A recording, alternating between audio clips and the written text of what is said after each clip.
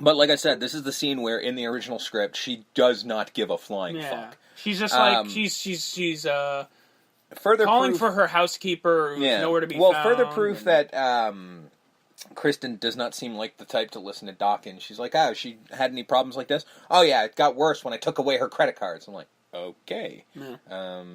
Your daughter tried to kill herself. Try giving a fuck a little bit. Just a little bit. Just a smidge. But so no, she goes doesn't up care. for story reasons to her bedroom to get her bag, and then she sees her house going like, well, that's fucked up. That used to be my house. Yeah. How does she know that? How do you know about this? I used to live in this house. Like, well, we'll get to that. And then, so scene ends, awkwardly. So Kristen goes back to sleep. Mm-hmm.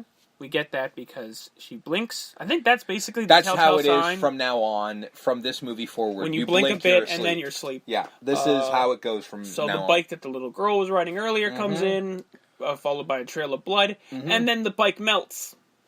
Call back to the second one. Yep. Huh? So she goes to the Freddy house. Are they at Elm Street house? Oh wait, Freddy house? Is this post the scene where Neil is talking to Nancy in the that's thing? coming up. Okay, because I want to bring up something about that. But yeah, that's after group. Was it? Yeah. In the restaurant? No. When they're walking in the park. I think this was right after they met. Yeah. Because he asked her about the rhyme. There's something I wanted to point out because this is a fan theory that I kind of like.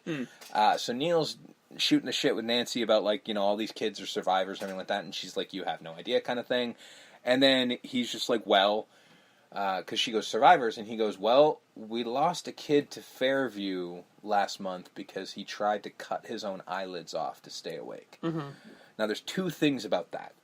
One is in the original script, it was Nancy's father who did that in a dream. Okay. So he literally pulled his eyelid out 6 or 7 inches past his eye and cut it off. However, there's a fan theory that I kind of like, and I wish they had said his name just to say his name. The fan theory is that the kid who cut his eyelids to stay awake is Jesse from the second movie. I'd like that as being a thing.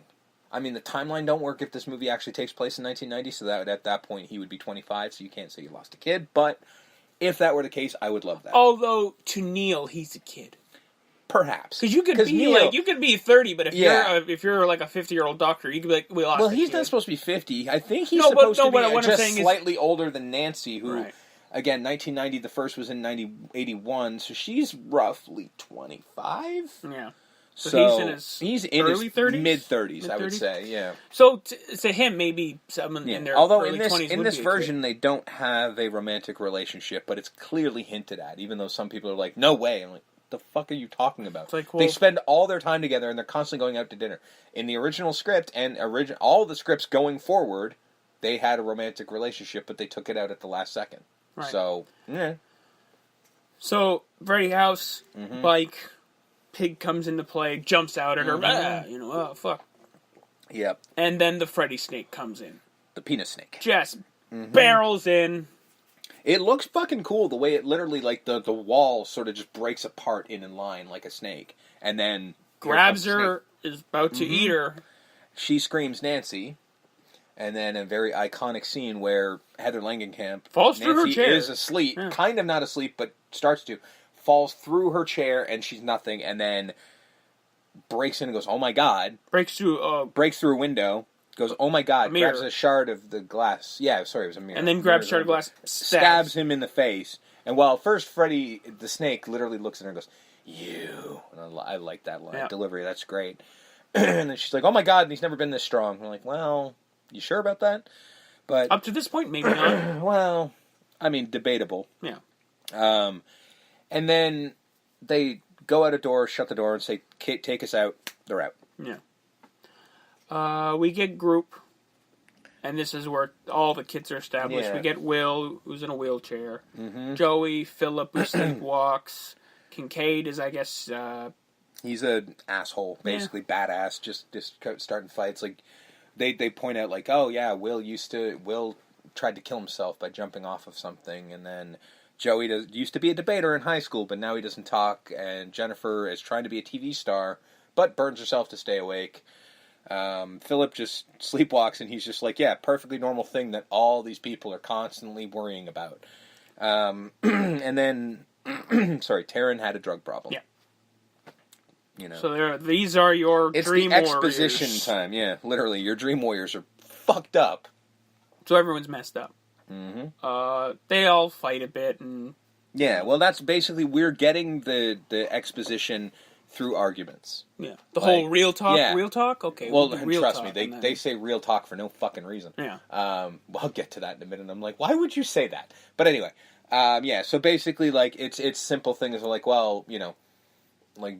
Yeah, Joey had an accident. I thought this was real talk. Yeah, so he took a jump. At least he wasn't sticking needles in his arms like a bunch of lowlives. And it's like, oh, yeah, you know, oh, you're going to be on TV. Yeah, lifestyles of the rich and psychotic. Like, it's just a constant... We're giving you the... It's actually rather clever. They give you the exposition by making fun of each other. It's pretty good. We cut to D&D. I'm sorry, Wizard Masters, because no one wants to get sued. Yeah, they never actually say it. Well, no, I think the name of the game is Wizard Masters. No, maybe, because he is the wizard. No, yeah. I don't think it's Wizard Master. I think you are the Wizard Master if you're the Dungeon Master. Right. I don't know what the game is probably called. It's like probably like Wizards, and it might be like the video game Wizards and Warriors. Right. You know? So him, Joey, and Taryn are playing. Mm-hmm. Excuse me, sir. Taryn would not. Well, in 1987. It's not even just that. Mm-hmm. Dungeons and Dragons, yes. You have to speak. This is a role-playing game. You have to communicate, man. You got to talk. Well, he might write his shit I guess. Down, you know? But that would take forever. The game takes forever. Who gives a shit if it takes a little longer because Mute Boy needs to fucking write something?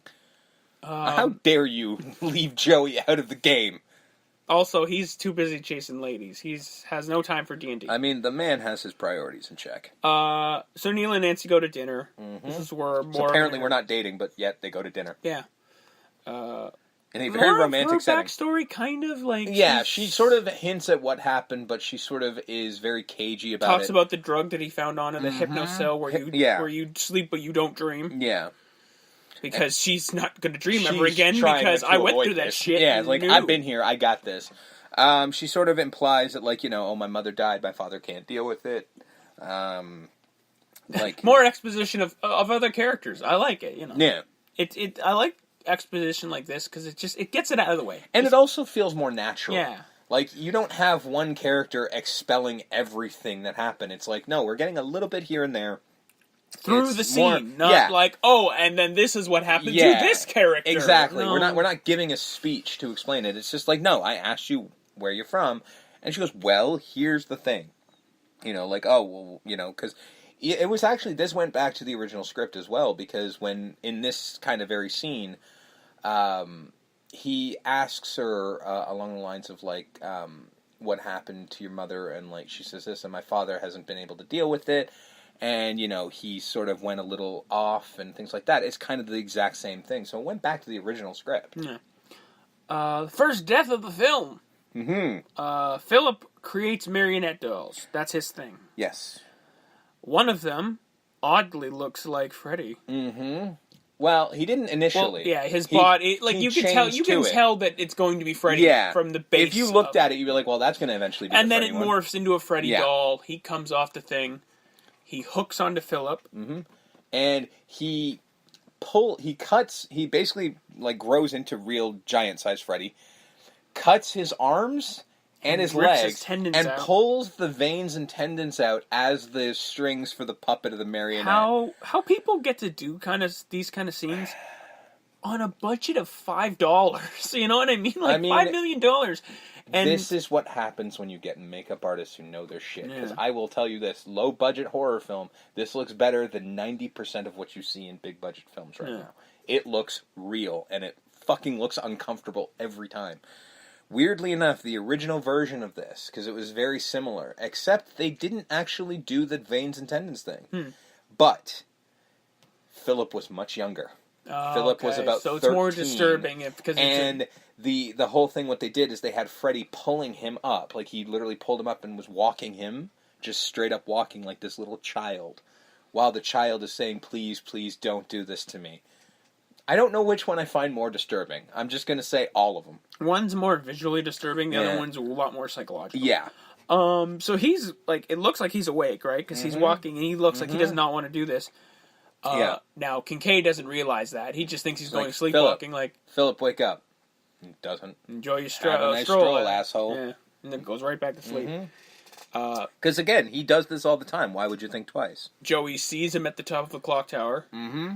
Grabs Will. Wakes... Because he's on duty. He wakes up. Hey, because they had a thing where, like, one sleeps if I make a noise, you wake me up, blah, blah, blah. So, Will literally sends... I mean, why these two are together, because they're both fucked. Because Will can't walk and Joey can't talk. No one can get help properly. Why would you put them in a room again? Like, God, these guys are screwed. So he's like, go get help. So Joey runs to the nurse, and he's banging and freaking out, and she's just like, Joey, what's wrong? This is like asking Lassie what's wrong. He's not going to fucking tell you. He grabs the tray and starts banging on doors to wake everyone up. And I like how it's one thing and it wakes them up. One hit wakes them up. One hit wakes them up. Well, I mean, it's not that one hit. Although it's maybe like they're not banging sleeping. all the doors. Yeah. So you're hearing the one that's at your door, but then you're hearing the other one. Like, that might wake you up, startle you, and then you're hearing the rest of them, and then you follow. So they all run. They're trying to... Philip, wake up! Yeah, trying to get him to wake up, but he's clearly not waking up because Freddy's in control at this point. And then we see Freddy in the sky. And he just cuts some tendons, and Philip goes right the fuck down. Swanton bombs into the ground. Mm-hmm. He is no longer with us. Yes. And the group fights. Rest in peace, Philip. Yeah, and this is where the doctors turn into Dr. Douchebags. This is where, okay, so like we even cut Neil. Even Neil was kind of the one, because even Nancy's Philip was fighting. a coward, and whoa, hey, like, dude, what the fuck, ease the man? fuck up. They were friends, because they're in the group, and they're just like, Philip took the easy way out, blah, blah, blah. Joey says it wasn't suicide, and no one's listening. Like, because, he's like, well, he sleepwalked, and because they sort of changed their tune quickly, and they're like, well, he sleepwalked off. It's like, well, he was awake the whole time. Well, then it was suicide. No! Like, clearly something's wrong, and they're all telling you. And now I understand it's insane to think your dreams can do it, but in a world where every one of them has this massive psychosis, maybe, just maybe, you might want to take a little bit of what they're saying seriously. Just a smidge. Listen to them. But no, they're not going to do that. Because Nurse Ratched over here is not going to fucking listen, and neither is Neil, who, like, literally gets kind of in it, and... It's the only time in the film where he seems a bit of a bad guy. He jumps the ship pretty quickly back over to Nancy's side, because Nancy does sort of get Sims into this one corner where she's just like, well, none of you are going to get any progress until you realize what all these dreams are about. And then fucking Nancy, the dream expert, turns and goes, so what are they? Well, they're about, guilt and sexual frustration. And to his credit, Kincaid's just like, oh, great, now it's my dick that's killing me. Which I'm like, yeah. So none of that makes any sense. And this is where Kincaid just freaks the fuck out, right? He's just like, well, because she basically wants to lock the doors from the outside and have evening sedation. And yeah, he's done with this. He's like, shit. Fuck you, lady. No, and he starts to fight. Kincaid, people. sit down. Fuck you. Fuck you. So, yeah, I wouldn't fuck with him either. He does seem short though. Yeah. He's like one of those short guys, but is like as wide as he is tall. So scary. We get a scene that isn't referenced where that dickhead orderly Lorenzo corners Taryn and basically goes, "Hey, I got you all the drugs you want, baby." Yeah, so he's just like, is it implied that he's going to get her high and do stuff? I don't know, because that's where that seemed like it was this going. I don't know. Scene is in a bubble. Yeah, it's not in Wes's original script. In the shooting script that I found, it has nothing to do with it. I guess, but why? He doesn't come up again. Yeah. If he got his comeuppance and got killed later on, sure, but he doesn't happen. In a world where that doesn't happen. He literally just sort of goes to her like, hey, I got the keys to heaven, baby. And she's like, what? And he's like, I got the clean-cut pharmaceutical high a weekend at Club Meth. She's like, I don't do that shit. And then I think maybe the only reason I can think of it is to just further, in case people weren't getting it, that she used to be a drug addict. Yeah. Because she's like, I don't do that shit. And he literally pulls her arm, like her sleeve up, and just like, what are these fucking beauty marks? Like, because she's just like, if you do this, I'm going to go straight to Max. And he's like, who's going to believe a junkie chick like you?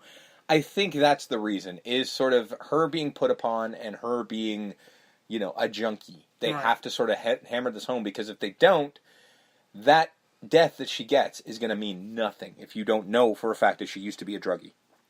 So Jennifer's watching television. Max comes in like, lights out. Let's She's go. Like, no, I can't deal with the nightmare. studying. Just let me be here. So, like,